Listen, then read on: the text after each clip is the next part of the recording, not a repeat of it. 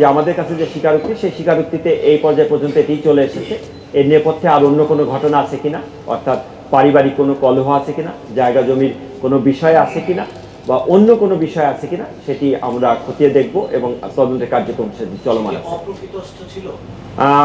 প্রাথমিকভাবে আমাদের কাছে তেমনটি মনে না হলেও তাকে যখন হিস্ট্রি জিজ্ঞাসা করি তখন সে এক পর্যায়ে বলে যে এলাকায় তাকে কিছুটা তার বন্ধুবান্ধব কম এবং তার বাবা তাকে পাগলা বলে ডাকার কারণে সে একবার ভয় দেখানোর জন্য তার বাবাকেও বটি নিয়ে ধাওয়া করেছে, এই মর্মে আমাদের কাছে একবার স্বীকার করেছে।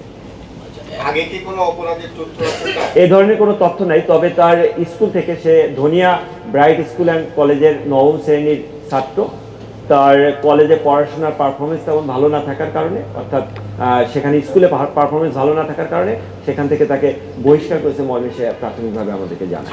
আপনি বলছিলেন যে কেউ একজন ইনভেস্টিগেশন নজরদারিতে রাখছিল, সে ব্যক্তি, অর্থাৎ আমরা ভিডিও ফুটেজ বারবার পর্যালোচনায় দেখি, আমাদের টিম যেখানে যায় কথা বলে ঠিক তার পাশে গিয়ে সে দাঁড়ায়। এমনকি সে বিভিন্ন নাম্বার দিয়ে আমাদেরকে সহযোগিতা করার একটা প্রবণতা তার ভিতরে ছিল। যে দুই খালা মারা গেছে, যে দুইজন মহিলা সেটা সম্পর্কে ভাগনা হয়, সঠিক। এই দুই মহিলার তো কোনো সন্তান ছিল না, এই সম্পত্তি না সন্তান ছিল। মরিয়ম বেগমের 2 মেয়ে, এক মেয়ে আমেরিকায় থাকে আর এক মেয়ে নুসরত জাহান। ছেলে সন্তান নেই, আর এক বোন যে তিনি আনম্যারিড। আচ্ছা, আরেকটা বিষয় হচ্ছে 3000 টাকা তো তার বাবা মাই তাকে দিতে পারতো, বা সে বাবা মার কাছে চায় নাই।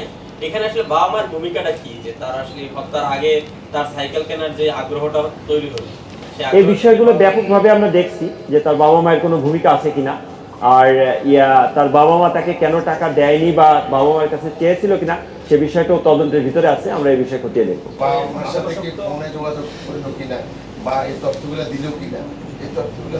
ওগুলার বিশ্লেষণ চলছে যে ইন বিটুইন কোনো কথাবার্তা আছে কিনা বা অন্য কোনো কিছু আছে কিনা। আমরা সবকিছুই আমরা গভীরভাবে আমরা ইয়েতে রেখেছি, আমরা তদন্তের একটা পর্যবেক্ষণে আমরা রেখেছি। ওই ছেলেকে অ্যারেস্ট করার পর ওনার বাবা মার প্রতিক্রিয়া কি? বাবা মায়ের প্রতিক্রিয়া মানে তো প্রথম অবস্থায় বাবাকে সহই আমরা এনেছি, যে সে একজন যেহেতু অপ্রাপ্ত বয়স্ক, দ্যাট ইজ 15 বছর বয়স, ক্লাস 9-এর স্টুডেন্ট, তার বাবার সহযোগিতাই বাবা সহই আমরা এসেছি। জিজ্ঞাসাবাদের একটা পর্যায়ে যখন আমাদের কাছে মনে হয়েছে যে ঘটনার সাথে তার সম্পৃক্ততা আছে, তখন তার বাবাকে আমরা বলেছি তাকে আমরা আইনের আওতায় আনবো এবং আমরা তাকে এই মামলায় দেখাবো। পরবর্তীতে সে তার বাবাকে আমরা এখান থেকে অবমুক্ত করি এবং তার বাবা চলে যাবে।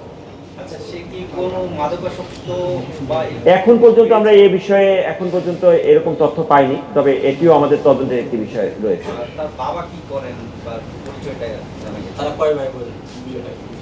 তার বাবা বিআইডব্লিউটিতে চাকরি করেন, কিন্তু পদটা আমরা এক্স্যাক্টলি এখন বলতে পারবো না।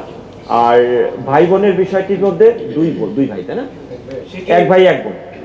অনলাইন জুয়ার সাথে কোনো জড়িত আছে কিনা, এটা একটা ভালো কথা বললেন, আমরা এটাও খতিয়ে দেখবো। এর আগে কেউ আর টাকা পয়সা নিয়েছিল এই খালাদের কাছ থেকে? না, এমন তথ্য আমরা আপাতত পাইনি যে খালাদের কাছ থেকে টাকা নিয়েছে বা খালার সাথে টাকা চাওয়া নেওয়ার সম্পর্ক এখন পর্যন্ত এরকম তথ্য আসেনি।